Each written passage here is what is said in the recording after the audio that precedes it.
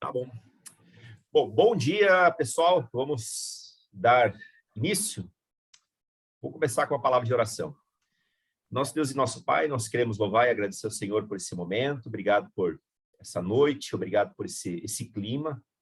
Esse clima também vem do Senhor, Pai, e nós agradecemos por ele. O Senhor fez todas as coisas e o Senhor fez todas as coisas muito boas, diz a tua palavra. Venha também estar nesse momento iluminando a tua palavra em nossos corações. Queremos realmente sermos transformados, queremos ser melhorados com a tua palavra, com tudo aquilo que nós vamos aprender dessa manhã. Assim eu peço e agradeço em nome de Jesus. Amém. Amém. Amém. Deixa eu só admitir duas pessoas aqui, o Fernando e a Marcela e o Roberto. Tá bom. Muito bem, gente. O Romanos 8, 31 em diante, diz o seguinte. Que diremos, pois, dessas coisas? Se Deus é por nós, quem será contra nós? Aquele que não poupou o seu próprio filho, mas o entregou por todos nós, como não nos dará juntamente com ele e de graça todas as coisas? Quem fará alguma acusação contra os escolhidos de Deus? É Deus quem os justifica. Quem os condenará? Foi Cristo que morreu e mais que ressuscitou e está à direita de Deus e também intercede por nós. Quem nos separará do amor de Cristo? Será tribulação, angústia, perseguição, ou fome, ou nudez, ou perigo, ou espada? Como está escrito. Por amor de ti, enfrentamos a morte todos os dias. Somos considerados como ovelhas para um matadouro. Mas em todas essas coisas somos mais que vencedores por meio daquele que nos amou. Pois estou convencido de que nem a morte, nem a vida, nem os anjos, nem demônios, nem o presente, nem o futuro, nem quaisquer poderes, nem altura, nem profundidade, nem qualquer outra coisa na criação será capaz de nos separar do amor de Deus que está em Cristo Jesus, nosso Senhor. É um texto belíssimo, não é mesmo? Vou compartilhar aqui, então.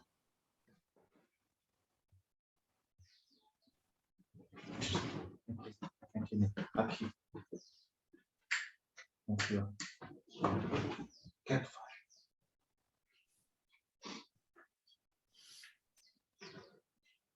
Só um momento.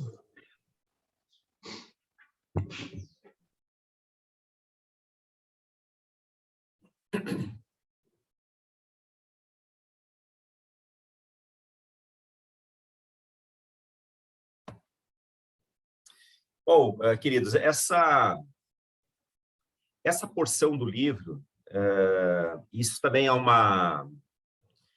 Eu acho que é de uma concordância meio geral, que é a porção mais bonita do capítulo 8, pelo menos. Talvez de todo Romanos. É um texto que fala da nossa garantia da salvação. De que nada, nenhum problema pode nos separar do amor de Deus. Ele é o ápice de todas as coisas que o apóstolo Paulo ensinou até o momento, de que o Filho de Deus tem a garantia da salvação, tanto do Espírito Santo, olha só, nós recebemos essa garantia do Espírito Santo, recebemos essa garantia de Deus o Pai e também de Deus o Filho.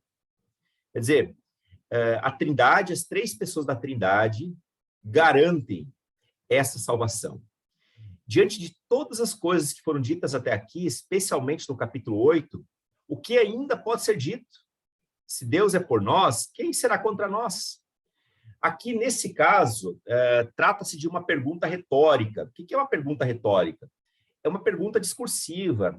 A pergunta retórica ou pergunta discursiva, ela não requer uma resposta do leitor ou do ouvinte, porque a resposta ela está implícita no texto. É uma resposta autoevidente. Tá? Basicamente, a pergunta retórica é um recurso de linguagem em que o autor se usa dessa ferramenta para chamar a atenção acerca de uma verdade que ali já se encontra, que é do conhecimento das demais pessoas. Então, é claro que ninguém pode ser contra nós, as pessoas que têm fé, e pela fé são chamados filhos de Deus. Vamos novamente ler essa pergunta, porque daí eu já vou passar para o segundo passo dessa explicação. Que diremos, pois, diante dessas coisas, se Deus é por nós, quem será contra nós? Bom, aqui não significa que um filho de Deus não possa ser contrariado ou ter adversários legítimos em certos pontos da vida, em que ele sempre vai ser vitorioso, tá?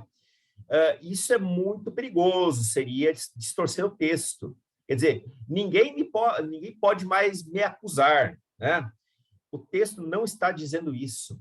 Interpretar desse modo significa forçar o texto a dizer o que ele não diz. Agora, o que o texto diz? Diz que nas questões da nossa fé, que envolve a nossa salvação, ninguém conseguirá ir contra nós. Porque antes éramos perdidos, mas por causa do sacrifício de Jesus, somos agora pecadores redimidos. E o preço do pecado, é claro, ele foi pago. Interessante, conversando dias atrás com o Márcio Avelar, falamos ali sobre hermenêutica, exegese. São algumas disciplinas que tratam da interpretação do texto bíblico. E eu lembro que o Márcio ainda fez o seguinte comentário, olha, essas disciplinas, foi mais ou menos assim, elas nos ajudam a perceber ou ver o que o texto está falando. O que o texto está falando? Aí eu emendei, disse, e também ajuda a mostrar o que o texto não está falando. Tá?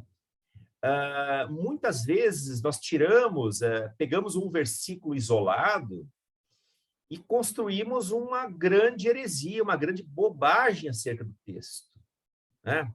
Vamos supor, alguém me pegou numa situação de pecado flagrante e tal, e aí eu uso esse versículo aqui de maneira isolada, dizendo, olha, se Deus é por nós, quem será contra nós? Quem pode me condenar? Quer dizer, eu estou pegando um elemento de algo que o texto não quis dizer, não foi essa a intenção de Paulo, e eu acabo distorcendo para o meu favor. É o que a teologia da prosperidade faz, né? Pegam versículos isolados para tentar provar teorias que nunca passou nem de perto, nem de longe, na cabeça dos apóstolos. Muito bem, o preço do nosso pecado, e é isso que o texto vai falar, ele foi pago.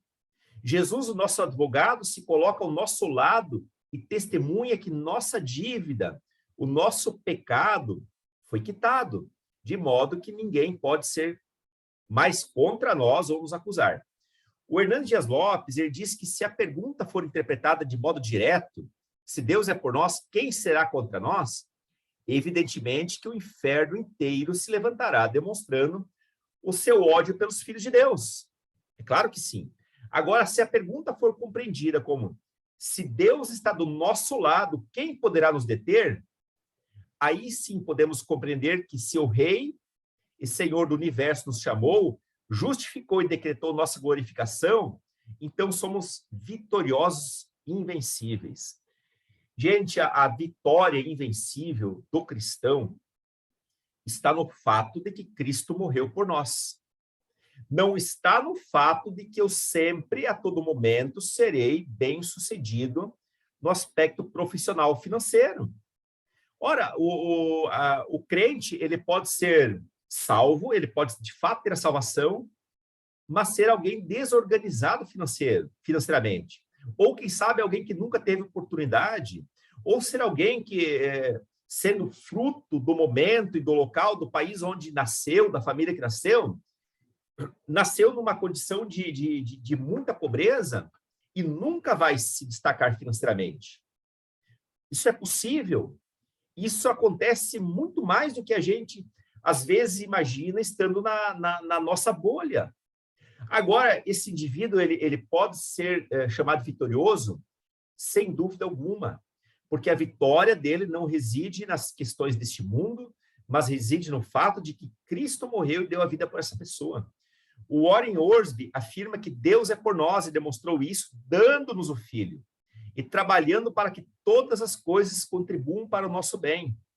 Jesus é por nós e prova isso ao interceder por nós junto ao Pai.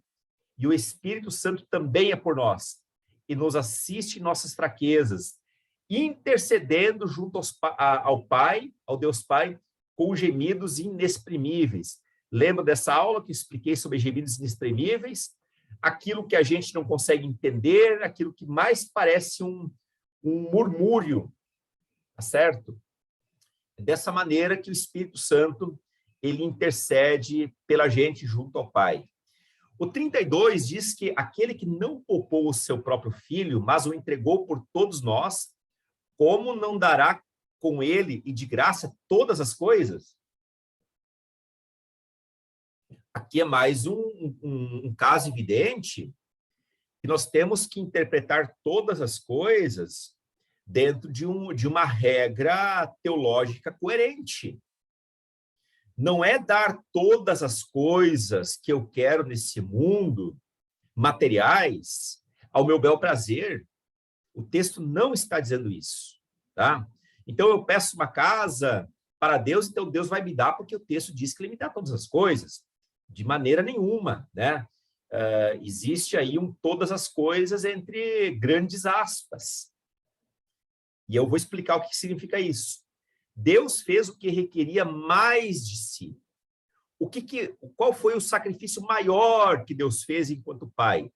Dar seu filho para morrer em nosso lugar. Esse foi, eu diria assim, o maior sacrifício de Deus pela humanidade. Dar seu filho. E é isso que o texto diz. Aquele que não poupou seu próprio filho, mas o entregou por todos nós, como não nos dará com ele de graça todas as coisas? Olha, interessante aqui, Deus, ele fez aquilo que era o mais difícil, o mais complicado. Ele entregou por nós. O Adolf Paul diz que entregar tem o sentido de entrega para a execução penal. Quer dizer, ele entregou seu filho para os lobos. Foi isso que basicamente aconteceu. Então, foi a maior coisa que Deus fez pela humanidade. E ele fez isso por nós. Agora, segundo o mesmo autor, Jesus foi o único que, de fato, levou o pecado a sério. Isso é muito forte. Quer dizer que nós não levamos o pecado a sério? Nem sempre. Nem sempre. Nem sempre a gente dá a devida importância à questão do pecado. Porque se a gente, de fato, desse importância, entendesse que o pecado é uma ofensa contra Deus, talvez a gente começaria a refrear determinadas palavras, determinadas ações, atitudes, pensamentos, e por aí vai. É que, de fato, o único que levou o pecado a sério foi Jesus Cristo. Ele morreu e todo o nosso pecado foi imputado, foi transferido sobre Cristo. Tá? E isso tornou o cálice dele muito diferente do cálice dos outros 6.000 crucificados que antecederam Jesus. É isso mesmo. A crucificação era uma pena de morte muito corriqueira lá no Império Romano. Mais ou menos 6.000, talvez mais do que isso, tenham sido crucificados naquele tempo. Agora, em que consiste o cálice amargo de Cristo? Que ele, inclusive, faz aquela oração lá no jardim do Getsemane. O cálice amargo dele, Pai, afaze-me esse cálice, não era só morte de cruz, mas todo o pecado agora que repousava sobre ele, né? O meu e o seu pecado, o escárnio que deveria ser sobre nós, acabou indo para Cristo. Tá? Então, nisso constitui o maior sacrifício. Agora, o que vem depois disso? Dar de graça todas as coisas. E esse dar de graça a todas as coisas se torna algo muito mais simples. Muito mais simples. Quer dizer, para quem foi lá, criou, vamos usar aqui agora uma linguagem do campo, da roça, para quem alguém que enfrentou o frio, a geada, a seca, para cuidar do seu gado, abater o gado e tal. Olha, depois servir um refrigerante, isso é a coisa mais simples do mundo. Aquelas horas de sono perdidas, gastas na produção, isso, todo o resto não é nada perto de você fazer uma pequena comemoraçãozinha ou dar aquilo para alguém. Tá? O Adolf Paul afirma que a partir do sacrifício de Cristo sobre a vida do que crê, é derramada uma avalanche de dádivas. E é gratuito. Agora, já vamos ver no que consiste essa avalanche de dádivas, esse de graça, todas as coisas. Ora, quando o texto afirma que Deus dará com Jesus de forma gratuita todas as coisas, significa que Deus dá tudo o que ele tem. E esse tudo significa inicia pela consciência do crente, que começa a ficar limpa como uma manhã de primavera. Quer dizer, Deus começa a promover a santificação na nossa vida. Tá? A maior coisa ele fez. Aceitamos isso. Agora, fazer uma limpeza na nossa consciência, isso é muito mais fácil. Dar a capacidade da santificação é muito mais fácil. Além disso, Deus nos presenteia ao varrer para fora todas as obras mortas, inclusive as obras mortas da lei, os sacrifícios, a circuncisão, e todos aqueles rituais judaicos, mas também as obras mortas da nossa própria carne, e retorna com dádivas positivas da salvação. Que dádivas positivas da salvação são essas, queridos? O fato de eu poder me reunir como igreja, o fato de eu ter um Novo Testamento, a Bíblia toda hoje em minhas mãos, a capacidade que eu tenho hoje de me achegar diante de Deus sem ter um intermediário humano ali.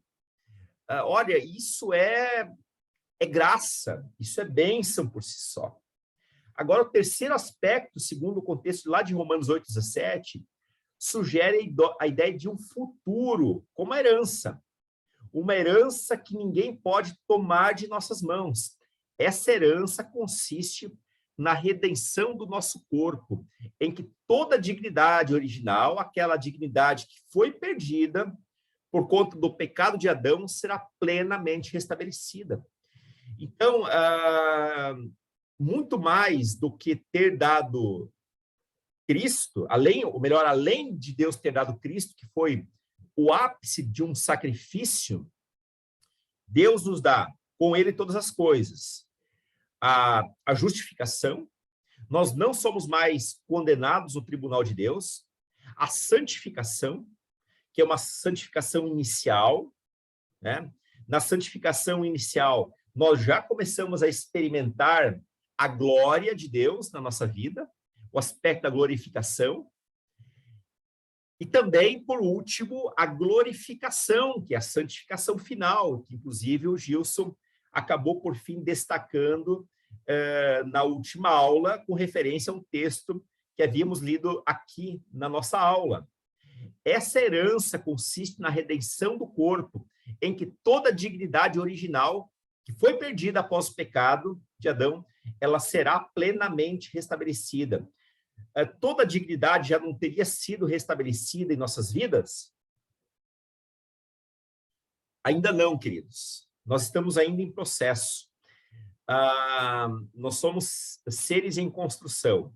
Nós ainda estamos sujeitos ao pecado. Nós ainda estamos sujeitos a várias deformidades da própria consciência, tá certo? Isso um dia será concluído. Nós ainda temos um grande inimigo que precisa ser derrotado em nossas vidas, que é a morte. essa morte, de acordo com Coríntios, já foi derrotada, tá certo? Mas ainda a gente vai precisar passar dessa fase até chegar na glória. E lá, de acordo com o Apocalipse, não haverá mais lágrimas, porque as primeiras coisas são passadas. Agora, o verso 33 e 34 diz o seguinte: quem fará alguma acusação contra os escolhidos de Deus? É Deus quem os justifica. Quem os condenará? Foi Cristo que morreu, e mais, que ressuscitou e está à direita de Deus e também intercede por nós.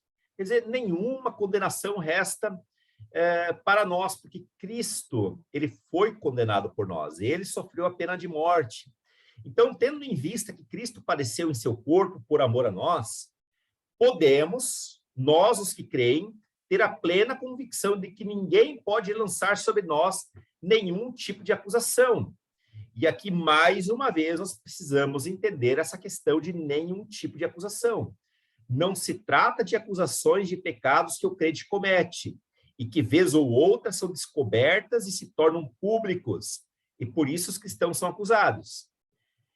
Infelizmente, irmãos, nós temos, na história recente, até mais antiga, muitas situações de religiosos que foram pegos de maneira flagrante em pecados financeiros, de lavagem de dinheiro, pecados sexuais, e muitas acusações foram levantadas contra a igreja, contra a pessoa, contra a igreja local, mesmo contra os cristãos de maneira mais geral, tá? Isso é claro, são coisas que envergonham a igreja, mas não é, mais uma vez, não é desse tipo de acusação que o apóstolo Paulo está se referindo aqui. O texto evidencia que não estamos mais sujeitos aos sacrifícios para perdão dos pecados e nem aos rituais religiosos judaicos, de modo que podemos descansar nas promessas de salvação. Interessante que lá na igreja primitiva, os cristãos judaizantes, ou aqueles cristãos que vieram do meio judaico, judeus convertidos,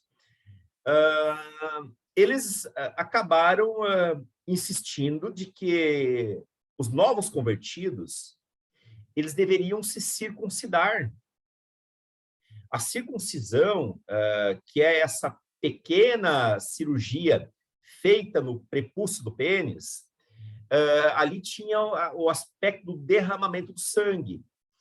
E esse sinal no corpo do homem era um sinal de que o homem, né, o povo judeu, estava aliançado com Deus. E muitos cristãos que haviam sido convertidos ao judaísmo e que não tinham isso muito claro, começaram a acusar os demais cristãos gentios de que a situação deles não estava completa, concretizada, de que eles, de fato, precisavam, sim, serem circuncidados, né? E acusavam, faziam esse tipo de acusação. Tanto é que Paulo também vai discutir sobre esses assuntos, acerca de judeus que exigiam que eles guardassem alguns tipos de festividade, outros rituais, né? E o apóstolo Paulo vai depois falar aos Gálatas: olha, ainda que um anjo do céu venha e pregar um outro evangelho, né? Além daquilo que nós já ensinamos para você, seja anátema, seja maldito. Quer dizer, não temos mais que fazer nenhum tipo de sacrifício. E ninguém pode nos acusar: olha, você precisa fazer mais isso, porque senão você não vai ser salvo. Isso, de fato, não é verdade, não é verdade. Cristo fez todo o sacrifício por nós. E nós podemos ficar em paz com relação a essas questões. Algumas igrejas, e eu também não quero ser tão crítico a essa questão, eu sei que cada igreja tem os seus costumes, mas há igrejas que meio que, não vou dizer a palavra exigem, né? Mas reforçam que os salvos eles precisam ser batizados com o Espírito Santo ou falar em outras línguas, né? E muitas pessoas que não conseguem, que não chegam nesse ponto, se sentem mal, se sentem como se fossem cristãos de segunda categoria, diminuídos, né? E em nenhum momento a palavra vai dizer, olha, você precisa fazer isso. Tá? O dom de línguas, assim como tantos outros dons, é Deus que concede. E Deus concede esses dons espirituais para suprir as necessidades da igreja, nunca para levar a pessoa a um engrandecimento, a um orgulho espiritual. Tá? Então, os dons existem, a pessoa pode sentir a plenitude do Espírito Santo na sua vida, ou como alguns queiram chamar de batismo no Espírito Santo, e evidenciar essa plenitude de outras maneiras, né? Não só com o dom de línguas. Tá? Então, ninguém pode fazer nenhum tipo de acusação. Agora, o que nós precisamos fazer, sim, é buscar uma vida santificada diante de Deus. O fato é que estamos quites com a lei e não podemos mais ser acusados com os recursos da lei mosaica. Hernando Dias Lopes diz que o nosso coração pode nos condenar. Interessante que o texto diz assim, olha, quem fará acusação contra os escolhidos de Deus? Aqui é mais uma pergunta retórica, quer dizer, do ponto de vista da lei, ninguém pode mais fazer nenhuma acusação. Eu estou perdoado. Agora, o Hernando Dias Lopes diz que o nosso coração ele pode nos condenar, né? Inclusive, o nosso coração pode nos condenar acerca de pecados que nós cometemos e já fomos perdoados. É que tem pecados que foram perdoados, mas as consequências elas continuam. Isso muitas vezes vai gerar uma angústia no coração da pessoa. E muitas vezes a pessoa não tem uma compreensão teológica, bíblica, correta acerca do perdão. Então, mesmo que ela foi perdoada, ela continua se condenando. Agora, os críticos também podem nos condenar. E todos os demônios do inferno, diz Hernando Dias Lopes, podem levantar acusações, mas essas acusações não têm efeito algum sobre nós, pois Cristo morreu para pagar nossa dívida, ele ressuscitou triunfando sobre a morte, Cristo governa à direita do Pai, intercede por nós, e sua intercessão tem eficácia absoluta. Agora, querido, assim, é claro que quando o nosso coração nos acusa acerca de algum pecado que a gente cometeu e Deus perdoou, isso pode ser falta de uma compreensão bíblica, uma compreensão teológica acerca disso. Nesses casos, eu recomendo o seguinte, busque aconselhamento pastoral, busque aconselhamento não precisa ser necessariamente apenas com pastor, eu estou aqui usando pastoral entre aspas, porque nós temos muitos pastores entre nós, tá? Temos anciãos, irmãos mais velhos, experientes, que podem esclarecer essas coisas. Porque uma culpa no coração não tratada, ainda que foi perdoada por Deus e pelas demais pessoas, ela vai travando a nossa vida, vai impossibilitando que a gente avance em certos aspectos da nossa vida, né? Frequentemente ficamos tristes, ficamos acuados, não queremos aceitar algum tipo de desafio, porque em algum momento erramos em alguma questão no passado, que já foi perdoado, todo mundo perdoou Deus, mas ainda a pessoa fica ali angustiada com aquilo, tá certo? Então, o sentimento pode ser uma situação real, mas busque ajuda nessas questões, não fique carregando essa culpa, porque isso vai acabar muitas vezes estragando até, comprometendo a tua relação com Deus e mesmo com as pessoas, tá? O verso 35 diz o seguinte, quem nos separará do amor de Cristo? Será tribulação, angústia, perseguição, fome, nudez, ou perigo, espada? Como está escrito, por amor de ti enfrentamos a morte todos os dias. Somos considerados como ovelhas destinadas ao matadouro. né? E o apóstolo Paulo vai recuperar essa parte final lá do Salmo 44, verso 22, como está escrito: por amor de ti enfrentamos a morte todos os dias e somos considerados como ovelhas destinadas ao matadouro. A menos que viermos abandonar a fé, nada poderá nos separar do amor de Cristo, tá? E essa questão do abandono da fé é uma compreensão que nós que temos a chamada fé arminiana, né? Que é uma interpretação de Jacó Armínio, que depois outros teólogos, né, acabaram adotando isso, né? Entendemos, quer dizer, os calvinistas, como Hernando Dias Lopes, Augusto Nicodemos e tantos outros, pessoas da presbiteriana, de modo geral, das igrejas chamadas reformadas, entendem que o verdadeiro cristão nunca vai abandonar a fé. Nós, por nossa vez, né, acreditamos que sim, que podemos deliberadamente abandonar a fé, mesmo após ter passado uma vida inteira na igreja, celebrando e sendo um cristão fiel e leal a Cristo. Muito bem, a menos que viermos abandonar a fé, nada poderá nos separar do amor de Cristo. Há muitas situações que provarão nossa fé, como a tribulação, a angústia, a perseguição, fome, nudez, perigo, espada. Interessante que essa lista de acontecimentos surge em tempos de dura perseguição contra os cristãos. E Paulo sabe muito bem disso, né? Amigos dele haviam sido mortos, o próprio apóstolo Pedro foi morto, crucificado no ano 64, o apóstolo Paulo foi morto no ano 65, por ordem do imperador Nero.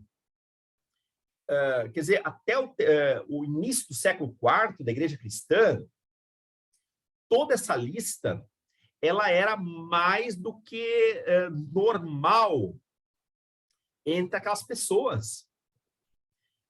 Roma, os cristãos de Roma, muitas vezes tiveram que sair, saíram fugidos ou expulsos da cidade, né?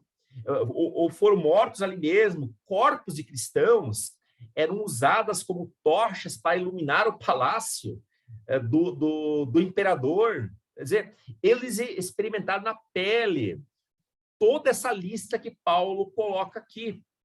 Agora, ainda assim, diante da possibilidade da morte, a igreja crescia e frutificava, pois nada pode ou podia separar a noiva, a igreja, do seu noivo Cristo. Nada pode separar. Separar-se de Cristo significaria a derrota completa. Uma vez que nada poderá nos separar do amor de Cristo, podemos, por amor a ele, enfrentar a morte todos os dias. Interessante que no contexto brasileiro, em que a religião cristã é predominante, nós não enfrentamos isso, né? Não enfrentamos isso. Muitas pessoas podem enfrentar a fome, mas não a fome em decorrência de uma perseguição, porque teve que fugir do seu país, né? Possivelmente, muitas pessoas na Ucrânia hoje experimentam isso, não como uma questão ali de perseguição religiosa, mas ali tem todo um aspecto político que dura assim há décadas, né? Entre ali Ucrânia e Rússia, tá? O autor russo Dostoiévski já vai falar nos seus livros lá no século XIX, que já havia algumas rusgas, alguns problemas entre ucranianos e russos, né? Até questões de preconceito ali, né? Então, eles ainda podem, né, passar por isso, né? Agora, nós, talvez, muito difícil, que, pelo menos nesse tempo, enfrentaríamos fome ou nudez, ou o perigo de morte, por questão de perseguição religiosa, no sentido de sermos perseguidos por amor a Cristo. Ainda que isso pode acontecer em algum momento, mas esse não era o caso dos apóstolos e dos primeiros cristãos. Eles sim enfrentavam a morte, faziam isso todos os dias, e de fato muitos naquela época morreram. E eles eram ali considerados como ovelhas destinadas ao matadouro. Houve alguns períodos de paz? Claro que sim, né? Houve alguns períodos que a igreja teve paz, mas eventualmente entrava um imperador mais cruel, né? E ali a questão era a seguinte: eles podiam adorar qualquer deus. No Império Romano, todos os deuses eram bem-vindos, inclusive o imperador César, né? O César, que é essa ideia esse título, César é um título, né? Esse imperador, ele também queria ser adorado como Deus, né? E só que os cristãos não adoravam o imperador, né? Somente os judeus tinham permissão de não adorar ao imperador. Agora os cristãos não tinham esse direito. E por causa desse fato que eles acabaram sendo perseguidos e mortos, porque eles não podiam adorar outros deuses a não ser ao Deus Jeová.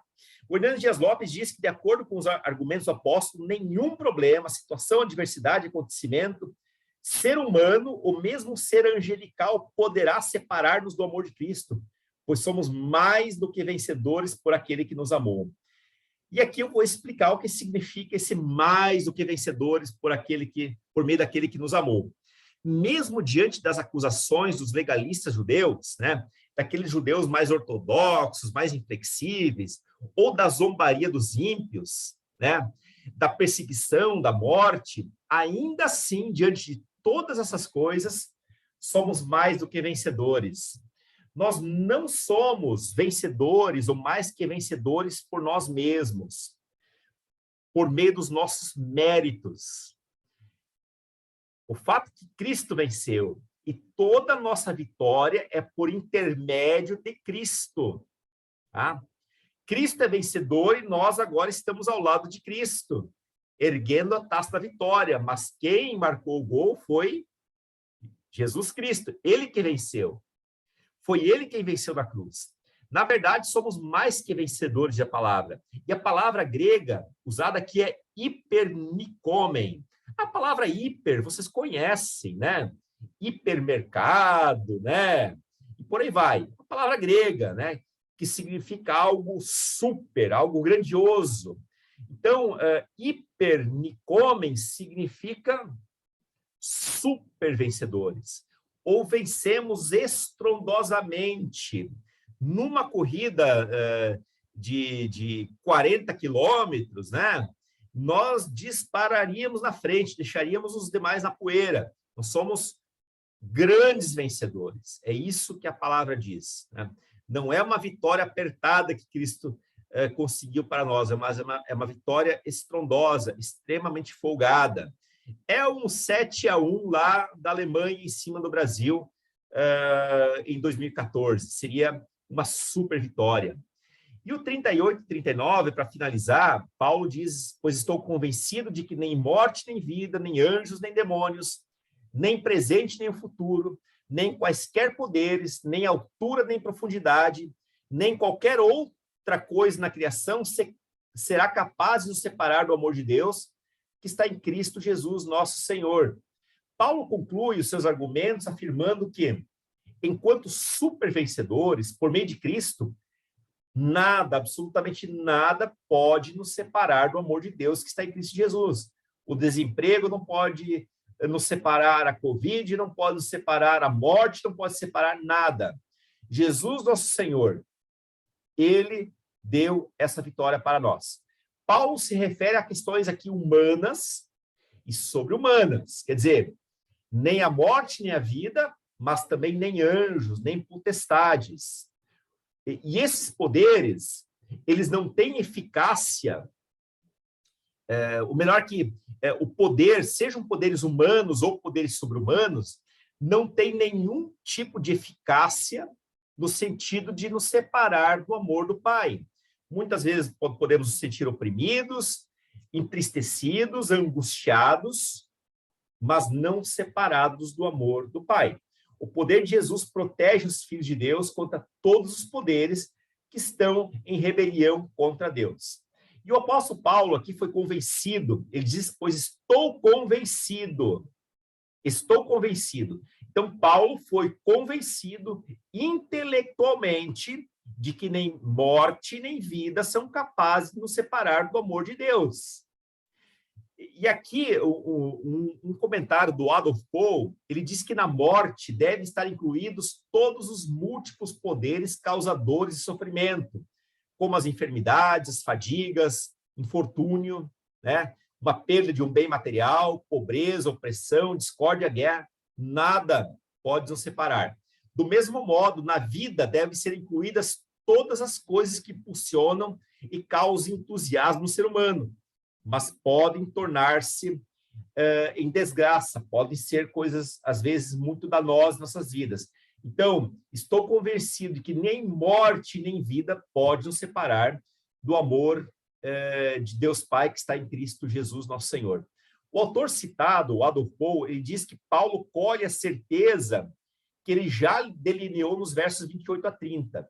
Nada pode anular esse efeito de Deus e essa prática do amor, nem romper nossa comunhão com Deus nele fundamentado.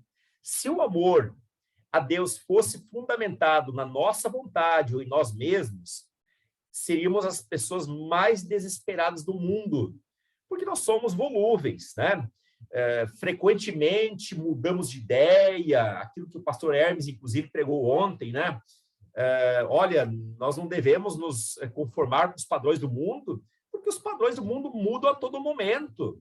E mesmo a igreja, às vezes, segue uma tendência, até eu diria assim, mundana, e ela vai desidratando o evangelho, tornando, muitas vezes, o evangelho muito mais palatável às pessoas.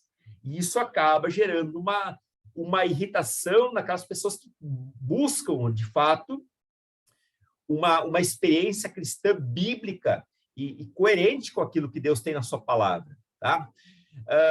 E aqui ele fala assim, olha, nada, nem esse evangelho desidratado que às vezes a gente precisa ver, né? Nada pode, enfim, romper a nossa comunhão com Deus. Um cosmos inteiro de forças de oposição não poderá separar-nos do amor de Deus que está em Cristo Jesus, nosso Senhor. O Hernandes Dias Lopes, então, ele vai concluir seus comentários do capítulo 8 de Romanos com uma citação do comentarista Juan Shaw, acho que é assim que pronuncia, e ele diz o seguinte: o capítulo 8 de Romanos começa com nenhuma condenação, porque estamos em Cristo, e termina com nenhuma separação, porque estamos em Cristo. Entre o começo e o fim há um profundo vale de lutas e conflitos.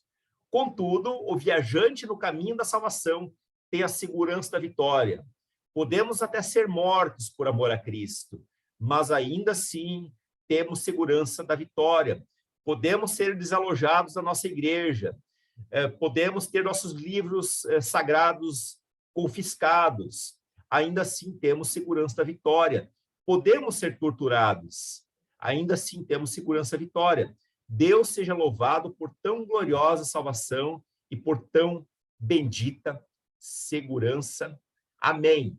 Agora eu quero ouvir um pouco vocês, as suas experiências, suas dúvidas, seus questionamentos, tá? Alguma coisa que você gostaria de complementar também em relação ao texto.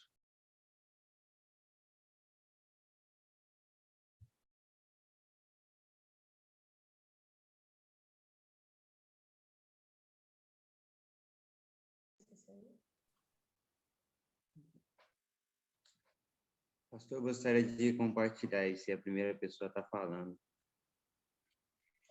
Essa semana, eu estive conversando com uma pessoa e há algum tempo eu também, logo na minha conversão, no início da minha conversão, eu tinha essa dúvida da questão da salvação. Será que eu fui salvo? Será que eu não fui salvo? Isso sempre fluía no meu coração, né? Porque a gente começa a caminhar e acha que os pecados nossos não foram perdoados, enfim. E essa pessoa, eu conversei essa semana e essa pessoa falou, nossa, já faz um tempo que ela está indo na igreja, em outra igreja, e ela compartilhou comigo, e eu lembro que ela conseguiu entender a questão de ser salvo agora, e há muito tempo que já vai aos cultos, enfim. E ela até comentou comigo, falou assim, ó, eu lembro quando você me falava essa questão, e a pessoa falava para mim, não sei se eu sou salvo, tal. Eu falava, ó, você precisa rever isso aí. Precisa procurar alguém que te aconselhe melhor, tal, e fui falando para a pessoa. Só que eu entendi que essa obra não era eu que faria, era só o Espírito Santo, porque eu falava e a pessoa não entendia. E essa semana eu fui na casa da pessoa, tal, e a pessoa falou: "Nossa, houve em mim uma mudança. Agora sim eu entendo que é a salvação real de verdade." Porque essa pessoa, às vezes, na caminhada cristã, não só essa pessoa, mas muitas igrejas, muitas pessoas, elas caminham indo com Cristo 30, 40 anos e ainda não entende que não é uma condenação contra nós, né? Quando a gente aceita Jesus, o preço foi pago e não há mais condenação, enfim. Só que isso vai nos prendendo, a gente fica com aquela dúvida, será que a gente foi salvo ou não? Isso não deixa a gente conhecer mais a Cristo, não deixa a gente aprofundar mais, porque o diabo sempre vem e nos acusa, aquele pecado, não há salvação, enfim. Então, assim, o que eu queria compartilhar é o que aconteceu bastante interessante, que isso já aconteceu comigo, só que aí eu sempre falava aquela tal pessoa, isso você precisa melhorar, porque isso aconteceu comigo, você precisa mudar essa sua atitude. E a pessoa foi indo, essa semana ela compartilhou, eu fiquei muito feliz, porque realmente houve conversão, houve transformação, houve realmente aquilo que faz a pessoa fluir de verdade. Então, achei bastante interessante essa questão do amor de Deus, que nada nos separa do amor de Deus. Às vezes a gente entende que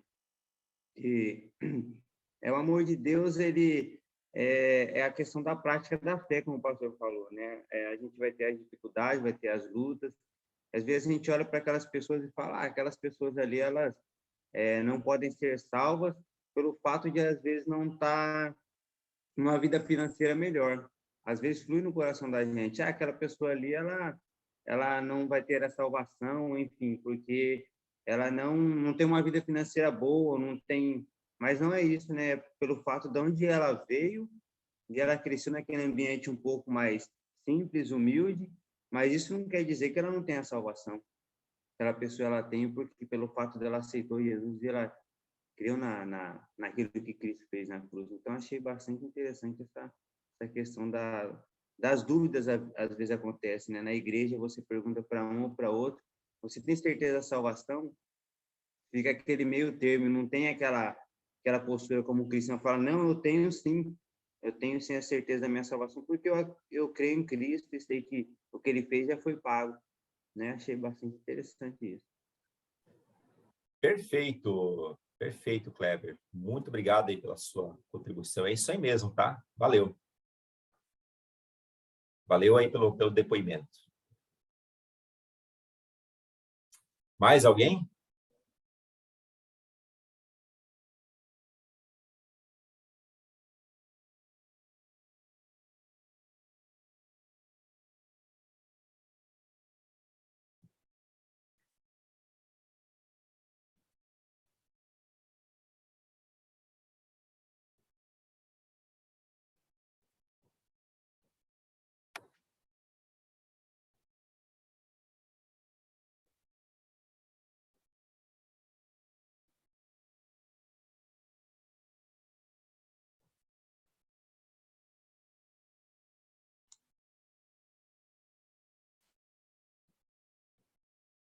Pastor Marcos, Sim.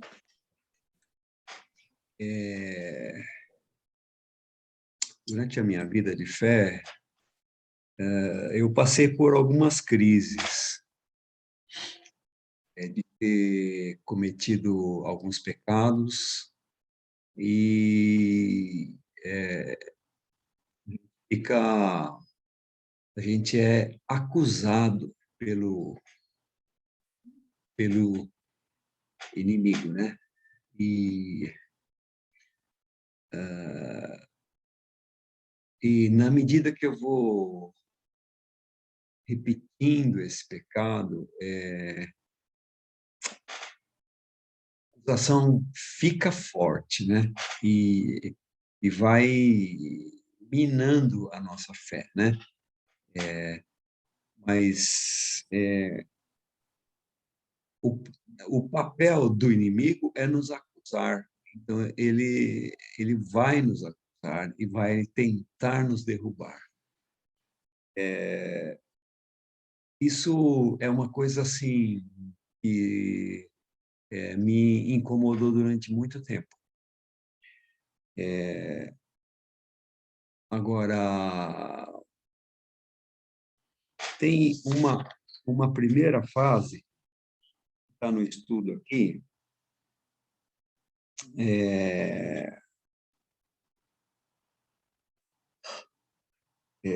eu não consigo localizar,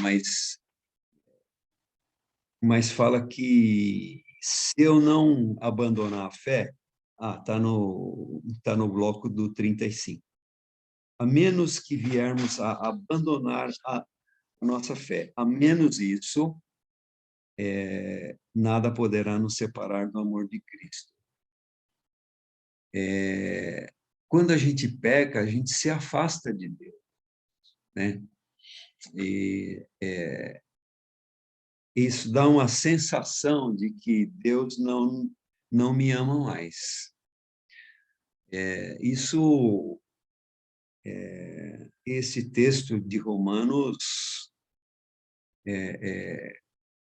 não fala do acusador, mas é o acusador que tem me derrubado muitas vezes, né? Mas isso eu sempre tive uma dúvida sobre sempre ser mais que vencedor, né? A gente canta muitas músicas que usa esse trecho, mas não dessa vez é que uma explicação bem boa sobre somos super vencedores, né? Eu acho que isso a gente entende muito melhor do que mais que vencedor. E nada humano ou sobre-humano pode nos separar, né? Isso dá uma confiança tão grande, sabe? E ontem à noite, durante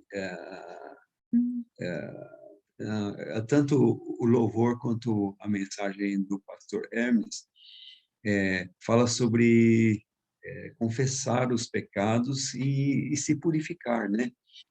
Eu senti muito a mensagem que o arrependimento é vital na vida do cristão. Ele vai pecar, mas ele precisa se aproximar de Deus se arrependendo, né? Esse conceito foi muito importante para mim, mas eu sei que quando a gente peca e insiste no pecado, isso tende a ser uma arma do inimigo para nos derrubar, né? Aí a gente precisa de puxar esse texto de Romanos e falar: ô Satanás, né? Mas é uma coisa assim muito importante para a gente tomar posse e falar: não posso ser derrubado, porque o texto fala que o inimigo não tem direitos. É isso. Obrigado. Exatamente. A coisa muito importante, irmão, que eu coloquei lá no verso 35, de que a menos que a gente abandone a fé. O camarada, em algum momento, cometeu algum pecado e tal, de uma maneira inadvertida e tal, isso pode acontecer. Isso não significa que a pessoa vai para a perdição. Não é assim que as coisas funcionam. Tá? Essa perda de salvação tem muito mais a ver com um abandono sistemático, um distanciamento que vai começando e vai se aprofundando, aprofundando, aprofundando, até a pessoa ela ficar totalmente insensível, né? Em que ela fica cauterizada, ela não se importa mais, tá? Eu já ouvi pessoas falando assim, e quase num tom ameaçador: não, mas se você estiver cometendo algum pecado, na hora de Jesus vir, você não vai ser salvo. Isso é uma grande besteira. Isso é não confiar no poder redentor do sacrifício de Cristo. Tá? Porque senão ficaria quase impossível. Quer dizer, a eficácia da morte de Cristo, ela tem uma eficácia no passado, no presente e também no porvir. Tá? É muito diferente de um pecado contumaz, que a pessoa vai se aprofundando e vai se afastando deliberadamente de Deus. Né? Eu tenho certeza que vocês devem conhecer pessoas que tiveram suas vidas assim. Tá? Então, só para deixar esse parênteses aí, tá bom?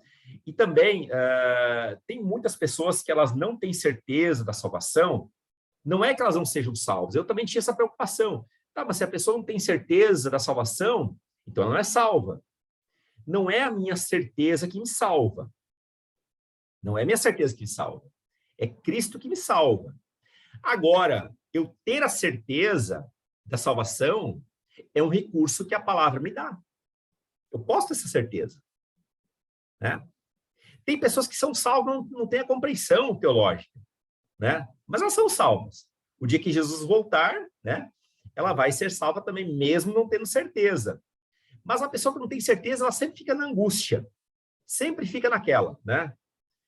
E o texto aqui ele é para tirar, remover toda angústia, tá?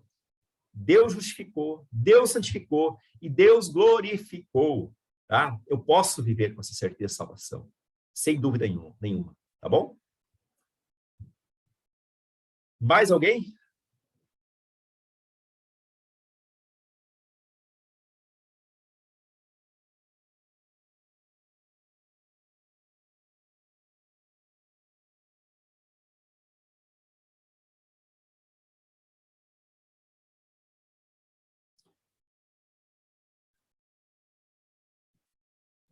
Bom, se não tivermos mais Pastor Marcos, sim.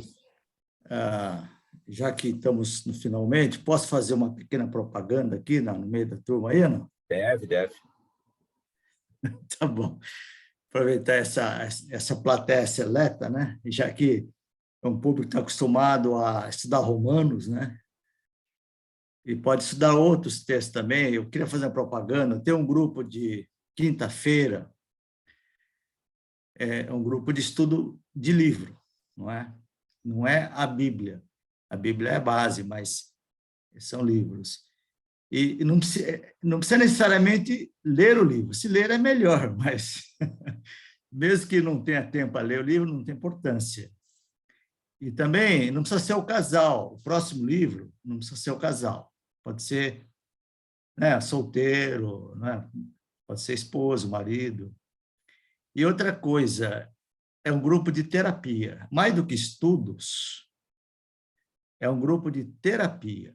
É um grupo em que as pessoas podem se abrir, porque os temas permitem isso, não é? Todos nós temos as nossas dificuldades, nossos medos, enfim, uma série de coisas que no dia a dia, muitas vezes, não se tem um ambiente para compartilhar, mas se o estudo leva a isso, não é? Então é legal. E o estudo é o seguinte, tem o coordenador do estudo, acho que vocês conhecem, ele chama Marcos Roberto Guerin, não é? Pastor Marcos Roberto, vocês conhecem ele? E é diferente, ele não dá o estudo. Ele dá um highlight aí, né? 5 minutinhos, e não dá o estudo. As pessoas é que compartilham o que entenderam do estudo, né? Quem não leu, evidentemente, vai ficar ouvindo os outros, que já é... Teve gente aí do estudo anterior que leu até a lição errada. Lição anterior, lição... Não tem importância. Esse aqui é o livro que nós vamos ler, não é? É um livro muito legal. Eu não li ainda, viu, pastor? Mas dei uma folheada. Chama Liturgia do Ordinário. Não é? É uma escritora lá dos Estados Unidos. E é o cotidiano, não é? É o cotidiano. Só para vocês terem uma ideia, eu vou ler só os capítulos aqui, para você ter uma ideia, né? Capítulo. Então, o capítulo 1, o título do capítulo é Acordando. Acho que todo mundo acorda aqui, né? Alguns mais cedo. Olha lá, tem mais um parceiro lá. O capítulo 2 é Arrumando a Cama. Aí vai, né? Capítulo 3, Escovando os Dentes. Perdendo a Chave, capítulo 5, comendo as sobras de ontem. Isso todo mundo faz, né? Capítulo 6, brigando com meu marido. Não é? Então, porque ela é mulher, mas se fosse um homem escrevendo, ia colocar brigando com a minha esposa. Capítulo 8, ficando presa no trânsito, ligando para uma amiga. Enfim, apesar do título ser um título bem liturgia do ordinário, né? Um título meio pesado, né, pastor?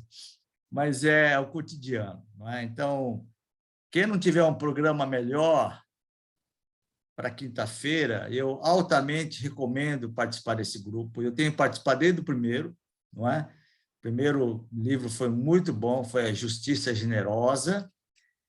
Né? Depois estudamos um livro fantástico também, que é a Bíblia da Família, Bíblia na Família, né? Bíblia e sua família. Bíblia e sua família, tratando é de temas assim, papel do marido, da esposa, educação de filhos, questão do divórcio, coisas muito práticas, mas para o grupo tem sido uma terapia. Vou deixar o Gilson e a Esther falar um pouquinho, porque eles participaram de todos os grupos, vamos ver, eles podem também me ajudar na propaganda. Bom, eu digo que é uma terapia. Eu chorei bastante, é que eu sou muito chorona, e cada tema eu chorava muito. Mas foi muito bom. E teve um capítulo que eu não li, então eu tive que ficar quietinha, porque não sabia o que estava escrito.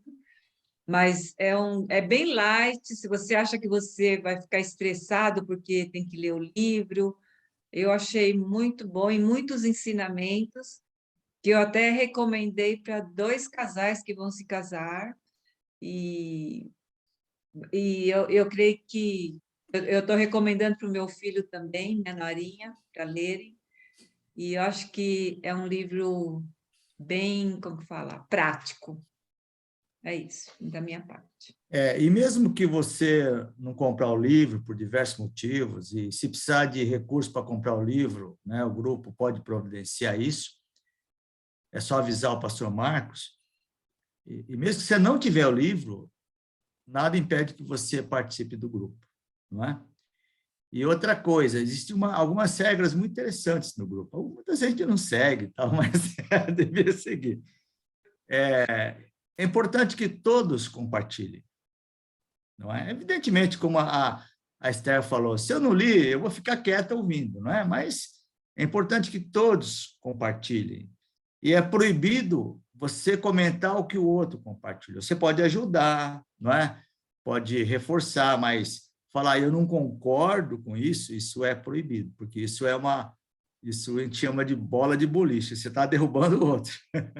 Não é? Todos, né, poderiam falar, e é importante que as pessoas falem. Terapia é assim, né? Você fala, né? Se você não falar, né? Então todos falam, e todas as opiniões são respeitadas. Isso é muito importante. Eu posso entender de um jeito, e o Fernando pode entender de outro jeito, o Kleber pode entender de outro jeito, e temos que respeitar a opinião de todo mundo. Isso o pastor Marcos faz com muita habilidade. Então, uma propaganda aí, viu, gente? Depois, eu estou fazendo propaganda porque eu tenho a comissão do livro aí, então depois eu vou ver. Pastor Marcos, é isso aí, obrigado. Nós havíamos combinado de que esses 2 casais fariam um vídeo, né? O melhor que a Ana Paula gravaria seria essa semana. A Ana Paula ficou doente essa semana, não pôde chamar vocês. Talvez ela consiga fazer essa semana, tá? Mas vocês estão convidados. Se tiverem esse interesse, eu acho que a propaganda foi excelente. Se fosse vocês, eu aceitaria o convite. Ô, pastor, o senhor poderia participar, né, pastor? Eu vou tentar. Tá bom? Mas, sim, Esther. Eu não lia quase, e com essas leituras eu estou gostando de ler. É isso. Maravilha, que maravilha. Tá bom? Mas fica aí, sempre nas quintas-feiras, das 19h30 ou 19h? 9h30. 19h30 às 21 horas. Às 21, isso aí. 19h30 às 21 horas. Então, fica aí o convite, tá? O Kleber já se manifestou. Tem mais alguém lá que se manifestou, tá? Mas aí, se vocês quiserem ser fregueses da gente, por favor, entre em contato. Manda aí um WhatsApp. Vai ser um E prazer. não paga nada a terapia, é de graça. Ó, o Honda, tem que pagar o Honda, hein? A comissão dele. Mas, gente, Tá fechado. estimular a leitura, isso é muito bom. Talvez alguém pense, vou ler o livro. Na próxima, eu crio um outro grupo de leitura, não tem problema nenhum. Isso não é concorrência, viu? Quanto mais pessoas a gente engajar, melhor.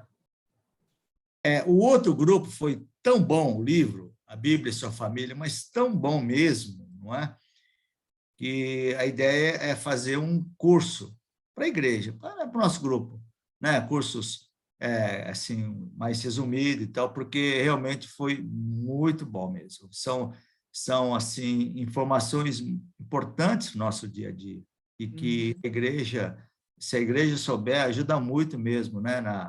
Nos relacionamentos. Foi muito bom mesmo, né? Espero que mais gente possa participar, porque o pastor Marcos, realmente, ele tem esse dom do ensino, e ele coordenando, ele sempre tem umas explicações muito boas e coisas que muitas vezes... E tem um detalhe, né? O texto não precisa, a pergunta ou a conversa não precisa necessariamente ficar no livro, né? Muitas vezes o livro ele liga com temas correlatos, mas não necessariamente que está no texto, não é? Mas que traz aí temas que você tem dúvidas, que você quer perguntar, e, enfim, então é muito bom mesmo. Eu sei que muitas pessoas não têm agenda livre, né? Mas foi o dia aí que o pastor Marcos conseguiu para poder reunir, né? Então, fica aí a propaganda. E não tem taxa de inscrição, viu, gente? Tem poucos cursos que não tem taxa de inscrição. E um detalhe, mas eu reforço que o grupo está disposto a ajudar pessoas, que o livro custa R$ 27,50, não é? Se alguém tiver dificuldade, fala com o pastor Marcos, que o grupo tem pessoas que já se dispuseram a colaborar. Que ninguém deixe de participar por falta de recurso financeiro, tá bom? Obrigado, gente. Irmão Ronda, já que você fez essa propaganda tão bonita, por favor, ore, para que Deus realmente, né, vá lá no fundo da alma de cada um e os convença. Legal, vamos orar. Senhor, nós agradecemos pelo privilégio de podermos, desde cedo, como um grupo, como teu povo, estudar a tua palavra com o pastor Marcos Sober. É um privilégio tê-lo, Senhor, em nosso grupo. É um privilégio tê-lo, não, é um privilégio poder participar do grupo dele e receber tantas orientações de uma forma tão simples e tão clara de um texto que muitas vezes, quando nós lemos sozinhos, achamos que é um texto mais difícil. Mas quando nós ouvimos suas explicações, baseado em tantas pesquisas que ele faz com tantos autores e colocando realmente de uma forma tão simples, isso nos ajuda muito e eu quero agradecer por isso. Obrigado, Deus, porque eu sei que o Senhor usa as palavras do pastor Marcos e o Senhor as transporta para o nosso coração, nossa mente, nosso espírito que nos liga ao Senhor, para que aquilo que nós ouvimos, aquilo que nós lemos, Senhor, o Senhor traduza em aplicações práticas para o nosso viver, nosso cotidiano, para que tudo aquilo que nós fazemos, pensamos, agimos, agrade ao teu coração, Deus, e assim possamos viver de acordo com a tua vontade nas nossas vidas. Eu quero agradecer por esse momento tão especial que pudemos ter agora e oramos em nome de Jesus Cristo. Amém. Amém. Amém. Amém, queridos. Boa semana, bom domingo. Boa macarronada, né, Esther? Hoje é dia dos namorados. Eu não ia cozinhar, mas eu falei, vai estar assim, lotada. Eu ia fazer um carê, mas eu estou agora em dúvida se eu vou fazer mesmo. E só uma sugestão. Para quem não esqueceu de comprar pelo menos uma rosa para a esposa, dá um abraço, só falar que ama, eu te amo, só isso. Né? Abraço eu dou, é de graça. Então, e pode falar que eu te amo, que aí é o suficiente para o emocional da esposa. Isso, Ele vai cozinhar hoje para mim. Isso que é amor, né? Ele vai cozinhar e ele vai lavar as louças depois, que a água está gelada.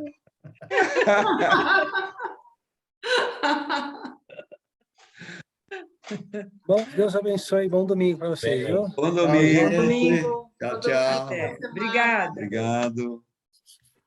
Obrigada.